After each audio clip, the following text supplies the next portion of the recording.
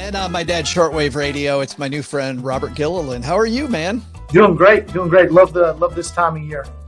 I do too. Well, except you and I were talking before we started recording, except the pollen. I'm not a fan of that, it turns out, but everything else, it's great.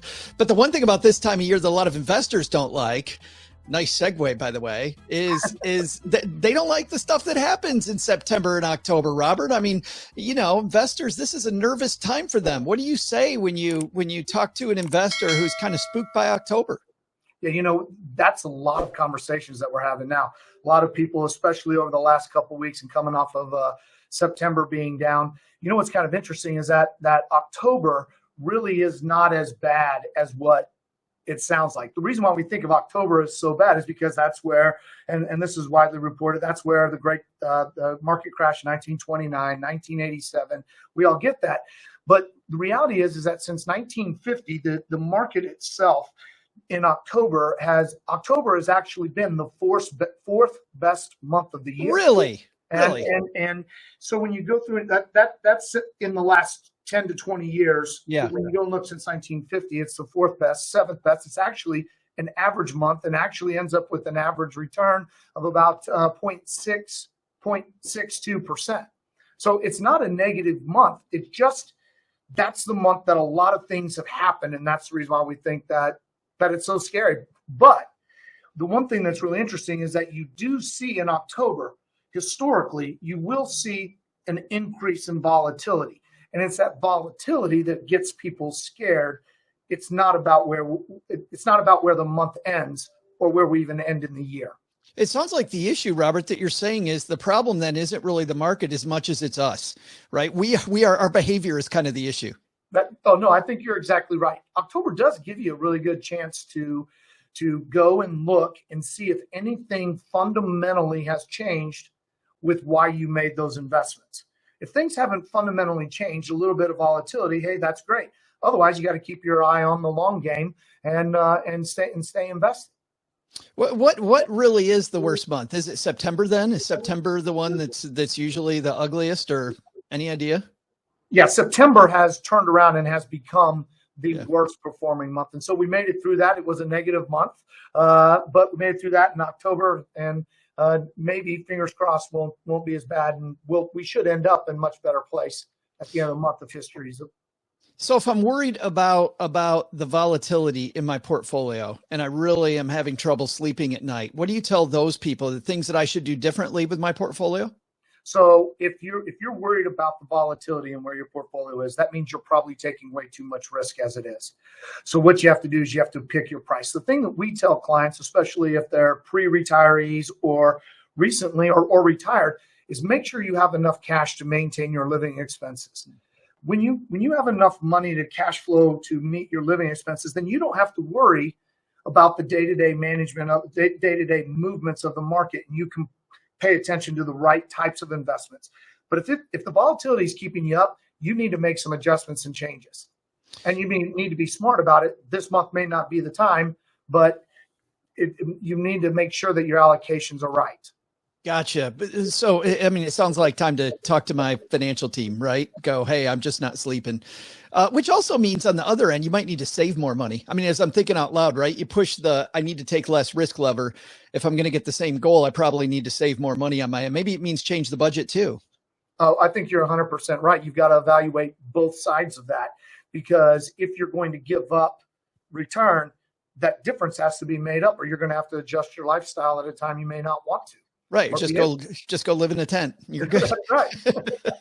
Hey, the other half of our audience, half of them are afraid, Robert. The other half are people like, you know what? I'm hearing these guys talk. I hear the magic word volatility. Should I be taking advantage of this? Is there something I should do in my portfolio to maybe, if I'm not afraid, go, you know what, this could work in my favor? Well, I mean, that goes back, evaluating where your allocations are. It always makes sense to have a strategy that when things are on sale, you want to buy that's a good time to buy them. You're never going to hit it exactly at the bottom, and you're never going to hit it exactly at the top when you're going and selling. But if you have capital that has not been deployed, and by the way, there's over $4 trillion sitting in cash in this country. That's amazing to me. That is so amazing to me. Well, there's only, I forget exactly what the number is on cash, but it's north of $4 trillion. The entire high yield muni market is only 4.5 trillion. Oh, Lord. So there's a lot of money in cash. So if you have a lot of money in cash, it absolutely makes sense to pick your points. I prefer to do it in the form of kind of dollar cost averaging. That way you take all the emotion out of it, get your money in there, get it working, and continue, wash, rinse, repeat, keep it going. Wow, it's so fun. All that money sitting in cash and the market just continues to go up. And you know what a lot of that money is, Robert? It's got to be people going, well, this train ride's over. And they've been saying that probably for the last 5 or 6 years as it just continues to go up and up. And the thing that does, and really should make that person who wasn't sleeping well at night, should give them a little bit of peace that there's a little bit of a safety net, because at some point that's going to come into the market. Now that may come into the market at a higher price, right? Yeah, but you can reduce your volatility you can take advantage of volatility by dollar cost averaging and take all the emotion out of it. Are there certain types of sectors or types of investments that we should largely stay away from if we're looking for a smoother ride with our investments? Well, that's kind of a tough question, because it all depends on what's in the rest of your portfolio. If I'm doing my job correctly and helping allocate your portfolio the way that it should, there's always going to be something in there that you're not happy with. All right. And that means that I've done it the right way. And so if I've done that, then, the hardest thing to do is to take from winners and give to losers. Now, that doesn't mean stay in the very same investments. Maybe some adjustments need to change. But, historically, you're going to have a lot more volatility in small cap. But that's what you can brag about at the cocktail party, right? Technology is going to have a little bit more volatility. I think that you've got to pay attention and be forward looking to see what's happening in the economy, see fundamentally what sort of companies benefit inside of that, and then pay attention to the technicals where that flow of money's going. I love how, Robert, you're channeling Harry Markowitz with the look at the portfolio, not at the single thing. But right. As investors, Markowitz was talking about that, as you know, a long, long time ago. And yet as investors, we always want everything to be up all the time.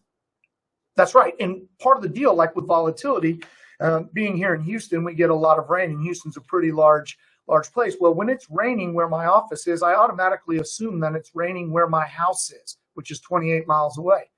That's not necessarily the case. And so when you're in there and you're paying attention to just that one piece of that portfolio and it's not performing the right way, you think it's raining everywhere, right?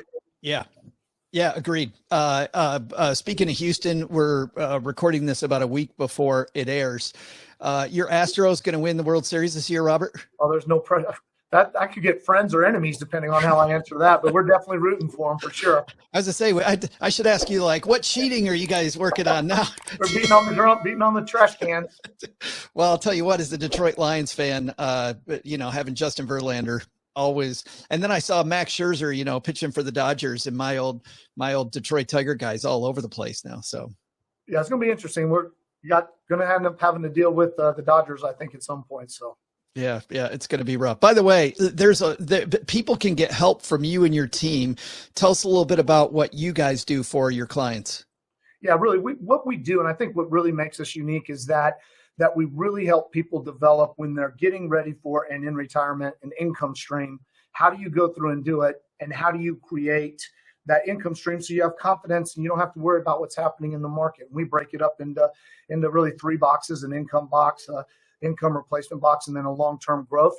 And the real thing that you have to do is focus on ensuring that money's available, assuring that you have opportunities for growth, and that plan has to be adaptable.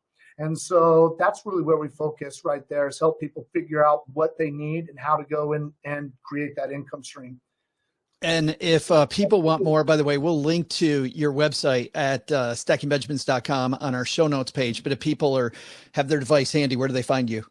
ConcentureWealth.com is the best place. And then we're also on Facebook and LinkedIn too. Fantastic. And we'll link to those also in the show notes page. Robert, thanks a ton. Great talking to you. Thanks for helping us with the roller coaster that may or may not be October, depending on the year. Well, thank you. I really appreciate it. I love your show and what you guys are doing. I appreciate it.